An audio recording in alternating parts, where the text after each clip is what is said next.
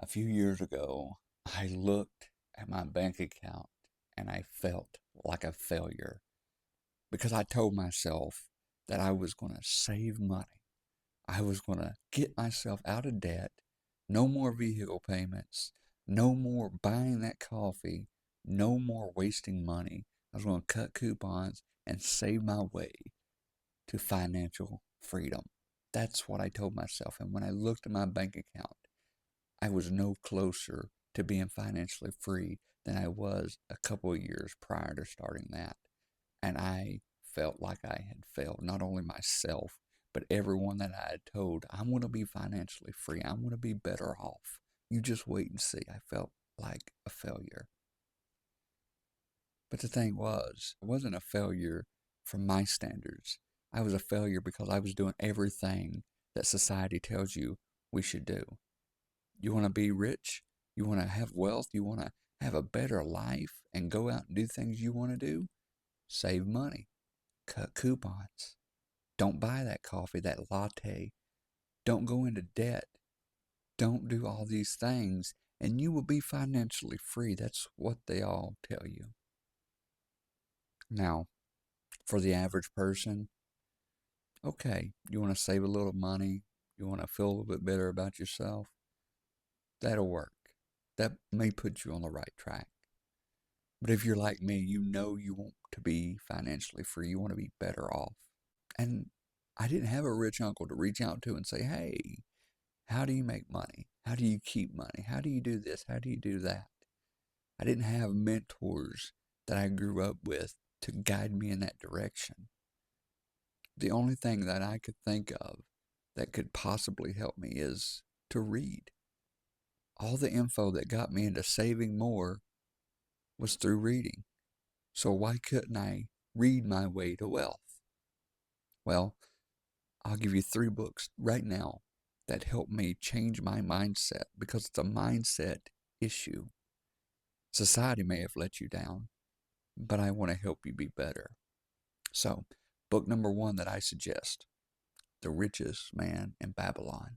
There are so many principles, even though this book was written years ago, there's so many principles that can stand for a lifetime, no matter the year. It will teach you how to better your life, how to look at investing, how to look at paying yourself, which is one of the biggest things that society tells you you shouldn't do, yet help me become financially free. And that's paying yourself first before money goes anywhere else. Before you pay your bills, before you pay anyone, pay yourself first. It will make a whole total difference. That's book number 1.